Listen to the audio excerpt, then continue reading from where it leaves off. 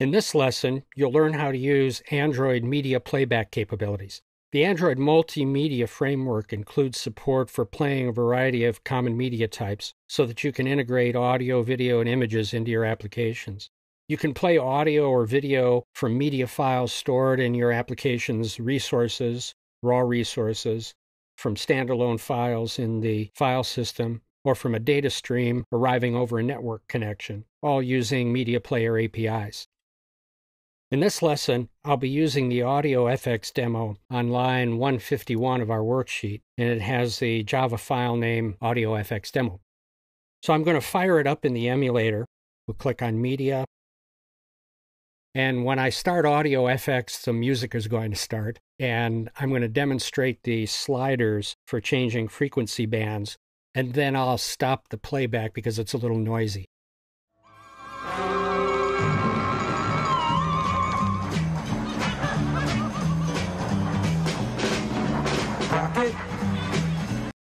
Now let's open the Java source file.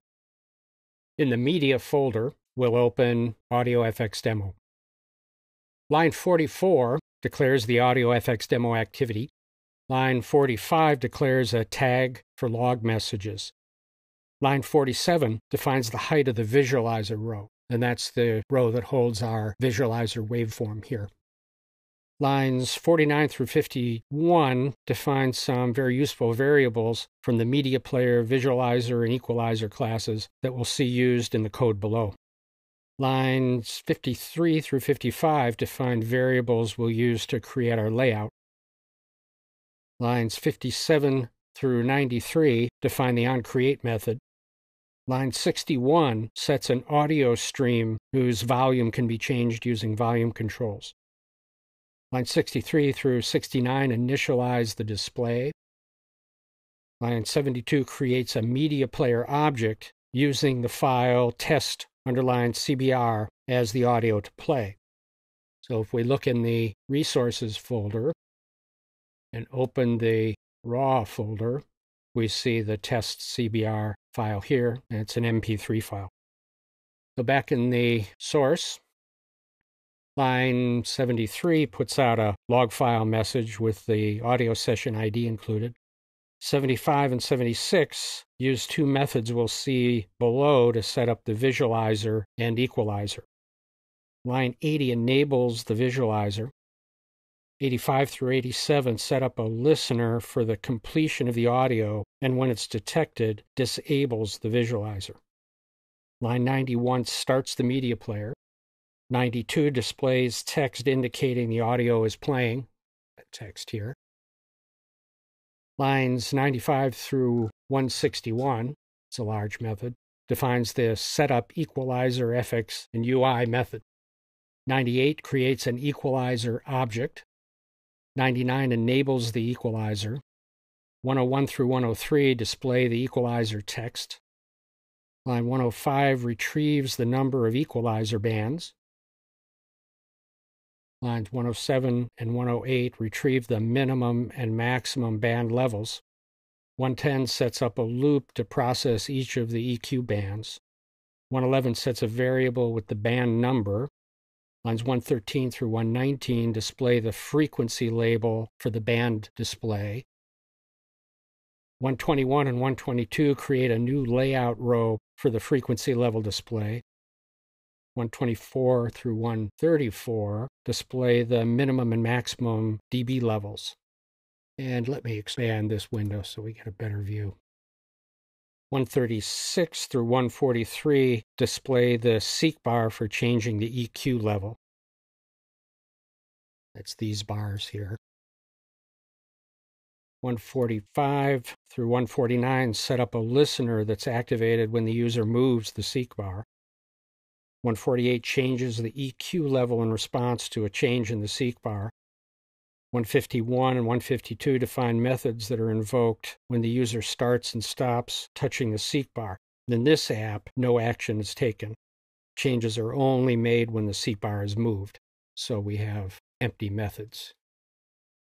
155 through 159 add a row to the layout that includes the seek bar and minimum maximum levels.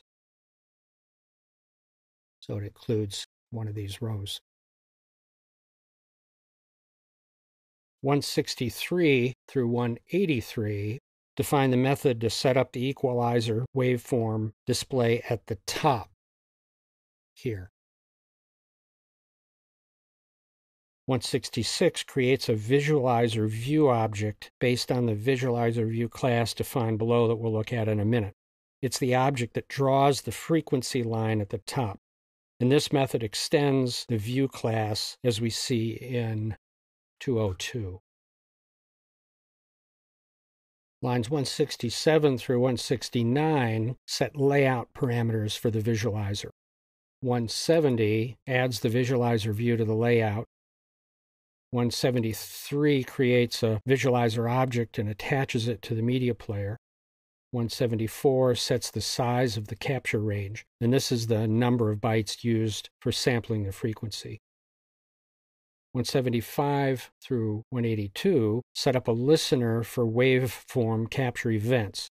And the syntax here in the statement is a bit confusing.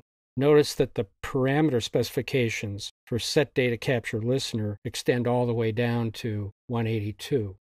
If we hover over the set data capture listener, we can pull up an explanation of its parameters. We have a listener, the on data capture listener that's been registered. We have the rate in millihertz at which the capture should be updated.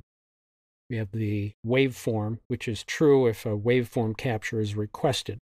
And the on waveform data capture method will be called on the on data capture listener interface. And FFT is true if a frequency capture is requested. And the on FFT data capture method would be called the on data capture listener interface. So in line 182, we find the last three of those parameters: the rate, the waveform capture, which we're setting to true, and the FFT we're setting to false. And these lines are setting up the listener. Lines 185 through 195 define the on-pause method that releases resource if the activity is finishing and the media player exists. Lines 202 through 252, all the way down here, define a class and methods to draw waveform data received from the on waveform data capture method. And it uses graphics capabilities covered in our lesson on Canvas graphics, so we won't go through this code line by line. Now that's our lesson on media playback. As you saw, there are a lot of little details you need to attend to in implementing these capabilities. The demo we covered should give you a great start at understanding how to create your own media playback app.